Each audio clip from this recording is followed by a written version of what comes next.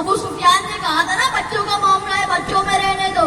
امام مولا حضرت ابو طالب تھوڑی دیر مسکرائے, کہا ابو سفیان بچوں کا معاملہ ہے, بچوں میں رہنے دو, بچوں کا معاملہ ہے, بچوں میں رہنے دو. ایک کتنا بڑا سازشی شخص جس کے سارے منصوبے پانی میں مل گئے, اور اس کو پانی میں کس نے ملایا؟ امیر المومنین علی ابن ابی طالب. اب آئیے ذرا آپ کو جنگ صفین کے میدان کی سیر کراتا ہوں. امام علی اپنے حجرے سے باہر آئے, جنگ صفین میں جانے کی تیاریاں ہو رہی تھی. امام علی کی داڑھی سفید ہو گئی تھی. کسی نے امام علی سے کہا, یا علی آپ کی داڑھی سفید ہو گئی ہے, آپ بوڑھے ہو چکے ہیں. کہا, اے شخص سن, اگر شیر بوڑھا بھی ہو جائے نا تو شیر شیر ہی ہوتا ہے. شیر بوڑھا بھی ہو جائے شیر شیر ہی ہوتا ہے. جب میں میدان میں اتروں گا نا تب دیکھ لینا, جو بدر و احد میں علی تھا آج بھی وہی علی ہے. کیا بات ہے, جو بدر و احد میں علی تھا آج بھی وہی علی ہے. جب میں میدان میں اتروں گا تو دیکھ لینا, نہ میری داڑھی سفید ہوئی ہے, نہ میں بوڑھا ہوا ہوں, اور نہ میری ہڈیاں کمزور ہوئی ہیں. جنگ کے میدان میں آئے, پہنچ رہے تھے, بس آدھا راستہ باقی تھا. بیچ میں امیر المومنین چل رہے ہیں, دائیں طرف ایک شہزادہ ہے, بائیں طرف ایک شہزادہ ہے. فیصلہ کرنا مشکل ہو رہا تھا کون زیادہ خوبصورت ہے. اب جن کے نام حسن سے نکلے ہو, ایک حسن تھا ایک حسین تھا.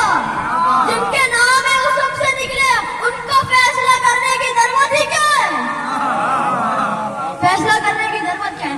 اور ایک آگے چل رہا تھا علم لے کے, اور ایک پیچھے چل رہا تھا, سوار نہیں تھا, چل رہا تھا. آگے والے کا نام پوچھا, کہا حضرت محمد حنفیہ نام. پیچھے والے کا نام پوچھا جو علم لے رہتا ہوا ہے, بڑی بڑی آنکھوں والا, کہا یہ عباس ہے, یہ عباس ہے. امیر المومنین جنگ کے میدان میں پہنچے. آپ کبھی مدینے کے مدینے کے میوزیم میں جائیں گے تو وہاں بہت سارے لوگوں کی بڑی بڑی تلواریں نظر آئیں گی, بہت بڑی بڑی تلواریں.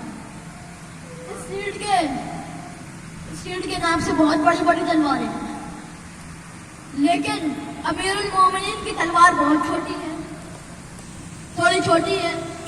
کسی نے امام علی سے پوچھا, یا علی ہم سب کے پاس اتنی بڑی بڑی تلواریں ہیں, آپ بھی بڑی تلوار رکھ لیتے. امام علی تھوڑی دیر مسکرائے, ایک جملہ کہا, اے شخص بڑی تلوار سے وار کرنے کے لیے پیچھے ہٹنا پڑتا ہے, اور چھوٹی تلوار سے وار کرنے کے لیے آگے بڑھنا پڑتا ہے.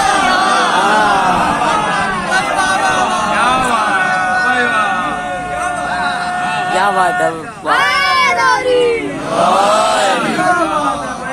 تلوار سے وار کرنے کے لیے پیچھے ہٹنا پڑتا ہے, اور چھوٹی تلوار سے وار کرنے کے لیے آگے بڑھنا پڑتا ہے. جب امیر المومنین پہنچے, 80,000 کا شامیوں کا لشکر تھا, اور سب پہ ایک ہی نام تھا, سب کا ایک ہی وہ تھا کہ حیدر کون ہے. ابھی کسی نے کہا آتے ہوں گے, آ رہے ہیں بس. امام علی آئے, شامیوں کا لشکر تھا 80,000 کا, جو لشکر لے کے آیا تھا وہ تو میدان میں کہیں نہیں دکھ رہا تھا. 80,000 کا لشکر تھا. امام علی میدان میں آئے, امام علی سے بولا, یا علی ذرا پہن لیجیے. امام علی نے منع کر دیا, نہیں میں اس کرتے میں ہی لڑوں گا. کسی نے امام حسن سے بولا کہ یا حسن آپ کے بابا کو تو پرواہ نہیں ہے کہ موت ان پہ آ پڑے یا وہ موت پہ آ پڑے. امام حسن امام علی کے پاس گئے, کہا بابا جان سب پوچھ رہے ہیں آپ نے سرا کیوں نہیں پہنی. امام علی نے فرمایا, یا حسن سرا وہ پہنتا ہے جس کو بچنا ہو, جو بچنا چاہتا ہو. اب میں اپنے انداز سے پیش کروں, علی وہ ہے جسے موت فرار کرتی ہے, علی وہ ہے جسے موت فرار کرتی ہے. امام علی میدان میں آئے, نقاب ڈالا, میدان میں اترے. جو شام والے لایا تھا نا 80,000 کا لشکر, اس میں سے کسی بندے نے پوچھا کہ حیدر کون ہے؟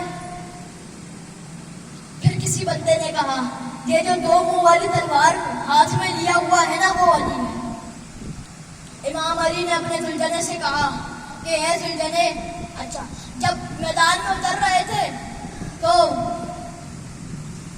زلجنا اسی وقت کھڑا ہوا تھا وہاں پہ خالی، تو زلجنے کو پتا تھا سوار کون ہے۔ اب اگر کوئی امام علی کو نہ پہچان سکے کم سے کم جانوروں سے تو بدتر ہے۔ اب کوئی امیر المومنین کو پہچان نہ سکے تو جانوروں سے بدتر ہے۔ امام زلجنے کو پتا تھا سوار کون ہے۔ امام علی نے کہا اے زلجنے، مجھے اس شام کے لشکر کے آخری طبقے کو مار کے لے کے آؤ۔ زلجنا جب بھاگنے لگا تو ایسا لگ رہا تھا زلجنا چل نہیں رہا ہے، زلجنا اڑ رہا ہے۔ بس امام علی نے نیام سے ذوالفقار نکالی، جہاں سے جاتے تھے آتے تھے گزرتے تھے وہاں سے سر کٹتے ہوئے نظر آتے تھے۔ کسی نے امام علی سے پوچھا یا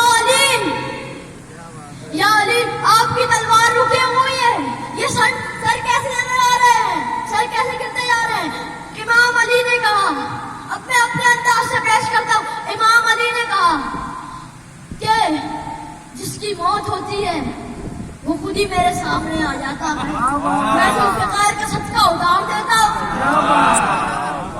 اتنے جب میدان میں پہنچے تھے نا تو امام علی سے کسی نے کہا تھا کہ کسی نے کہا یا علی آپ جنگ کے میدان میں کہاں ملیں گے؟ اتنے میں محمد حنفیہ نے بھی یہی سوال پوچھ لیا۔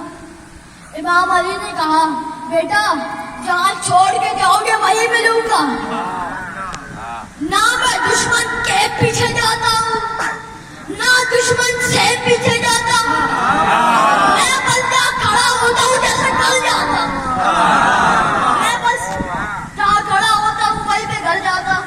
تو کہا کہ مجھے لشکر کے آخر تک لے کے جاؤ اور پھر واپسی لے کے آؤ۔ زلجنا چلا، جہاں سے جاتے تھے آتے تھے سر کٹتے ہوئے نظر آتے تھے۔ امام علی سے پوچھا یا علی کہ آپ کی تلوار تو رکی ہوئی ہے پھر یہ سر کیوں کٹتے نظر آ رہے ہیں؟ کہا کہ آج ذوالفقار کو روکنے کی کوشش کر رہا ہوں، ذوالفقار دلال میں علی کے ہاتھ میں ہوں۔